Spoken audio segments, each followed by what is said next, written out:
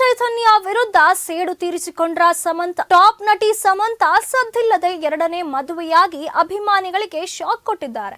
ಆದ್ರೆ ಇವರು ರಾಜ್ ನಿಡುಮೋರ್ ಅವರೊಂದಿಗೆ ತುಂಬಾ ದಿನಗಳಿಂದ ಡೇಟಿಂಗ್ ಮಾಡ್ತಿದ್ರು. ಆದ್ರೂ ಕೂಡ ಡಿಸೆಂಬರ್ ವರೆಗೂ ಕಾದು ಮದುವೆಯಾಗಿದ್ದಾರೆ. ಸಮಂತ ಮಾಜಿ ಪತಿ ನಾಗ ಚೈತನ್ಯ ಕೂಡ ಡಿಸೆಂಬರ್ ನಲ್ಲಿ ಶೋಭಿತಾ ಧೂಳಿಪಾಲ ಅವರನ್ನ ವಿವಾಹವಾಗಿದ್ರು. ಈಗ ಸಮಂತ ಕೂಡ ಡಿಸೆಂಬರ್ ವರೆಗೆ ಕಾದು ಅದೇ ತಿಂಗಳಲ್ಲಿ ವಿವಾಹವಾಗಿದ್ದನ್ನ ಕಂಡು ನೆಟ್ಟಿಗರು ಸಮಂತ ನಾಗ ಚೈತನ್ಯ ವಿರುದ್ಧ ಈ ರೀತಿ ಸೇಡು ತೀರಿಸಿಕೊಂಡ್ರ ಎಂದು ಕಮೆಂಟ್ ಮಾಡಿದ್ದಾರೆ.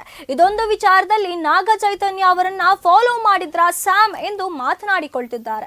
ಸಮಂತ ಮತ್ತು ರಾಜ್ ನಿಡುಮೋರ್ ಇಬ್ಬರು ಕೊಯಮತ್ತೂರಿನ ಇಶಾ ಯೋಗ ಕೇಂದ್ರದಲ್ಲಿರುವಂತಹ ಲಿಂಗಭೈರವಿ ದೇವಸ್ಥಾನದಲ್ಲಿ ಭೂತ ಶುದ್ಧಿ ವಿವಾಹ ಪದ್ಧತಿಯಲ್ಲಿ ಮದುವೆಯಾಗಿದ್ದಾರೆ.